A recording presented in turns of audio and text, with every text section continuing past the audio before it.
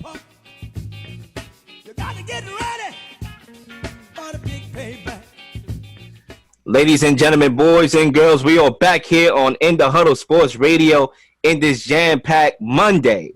Yesterday was Sunday, and today is going to be a fun day because we got a whole lot of topics, a whole lot of content here on this show on Can You Dig Sports Radio. The request line is 1-833-RADIO-BX to call us up on the show and give us y'all takes and perspectives on whatever topics we discuss here on the show. But anyway, it's time to keep it moving, keep the ball rolling. And, man, we have another interesting topic as we have Rachel Nichols, who has some very interesting comments on Maria Taylor. Said to me, hey, instead of hosting the NBA Finals, why don't you do Doris' Simon reporter job for the NBA Finals? Because guess what that would clear the way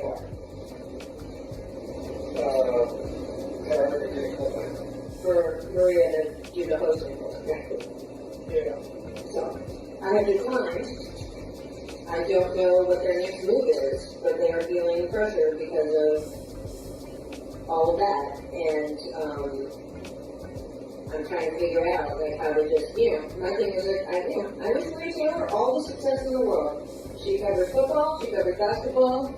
If you need to give her more things to do because you're feeling pressure about your crappy long-time record on diversity, which, by the way, I myself know personally from the female side of it, go for it. Just, find it somewhere else. You're not going to find it with me. So, Zach, when you hear all this, when you hear the clip, what comes to mind? You cannot blatantly say that your job got lost because of someone else's skin color. Whether you think it's true or not, whether you know you're being recorded or not, because that is just a slap in the face to your coworker who she has said apparently she respects a lot. With that being said, though, I do think that Rachel Nichols, she deserves a lot of the heat she's getting, considering the fact that she was probably one of the people at ESPN that was all behind their BLM movements and, just trying to help everyone out and say, everyone in her position is in trouble. But at the same time, I just find it so interesting that Rachel Nichols is all supportive of that until her job is on the line to an African American woman. And I feel like in times of controversy, that's when people's true colors really do come out. It was such a shocking story. Also, too, look at the person who she's talking to here during these whole conversations, right? One of LeBron James's main people in this sense. You always hear about LeBron being the lead story on ESPN, no matter how you look at it, but yet, Game 7 of the Stanley Cup Finals or of the Eastern Conference Finals is third, but yet we're talking about LeBron here. It's just absolutely unbelievable. So for all this to be intertwined is just, kind of crazy, but it's just something that,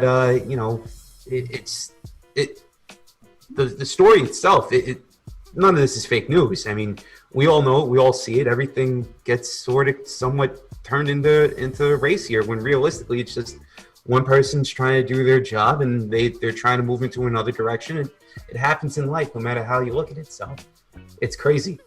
So you have two women that's, trying to get all they can out of this media stuff. And it just goes to the question, why can't people share the rock? Why it got to be, I got to get everything.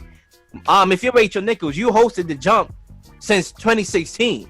You got to host your own show while doing NBA reporter work for the NBA. Now that there's another sister that's on board with ESPN that's getting opportunities, why do you have to hate on her back?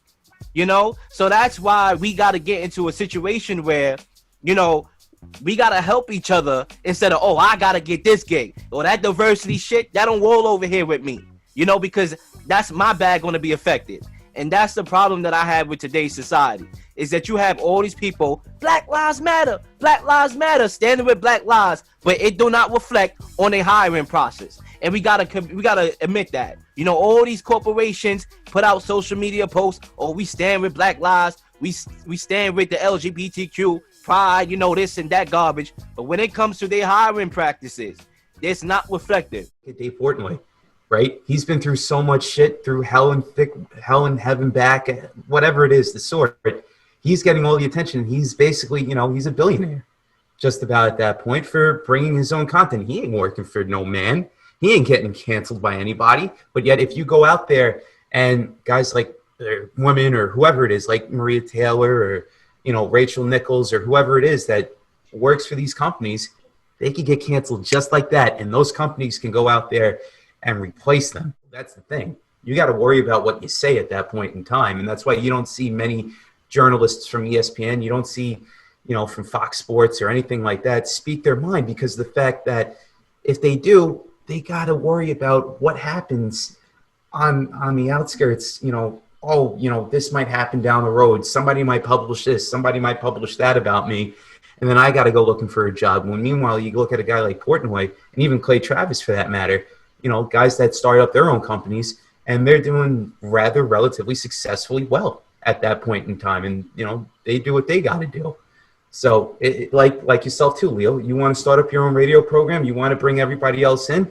But the moment that somebody steps out of line, you control that power and say, look, listen, I don't agree with what you're saying. You know, here you go. And that's it, you know, so. And that's one of the reasons why, you know, I started this network, is because I feel like I want people to be themselves. Like me and Zach, we get in debates all the time. Sometimes we get in heated debates, but after every show, we say good work. Good work. It's all love after, right, at the end of the day. But I want people to have debates. I want people from, you know, from every aspect of life with different ideologies on things to come on and have a voice, you know, because I feel like one thing I hate is the cancel culture. That's one thing I hate. Everybody I don't got to agree with your politics at all, but Mm-hmm. I do have to agree with the right for you to say what you feel, you know? So that's why I made this platform, because I want people to be able to say what they want, including myself.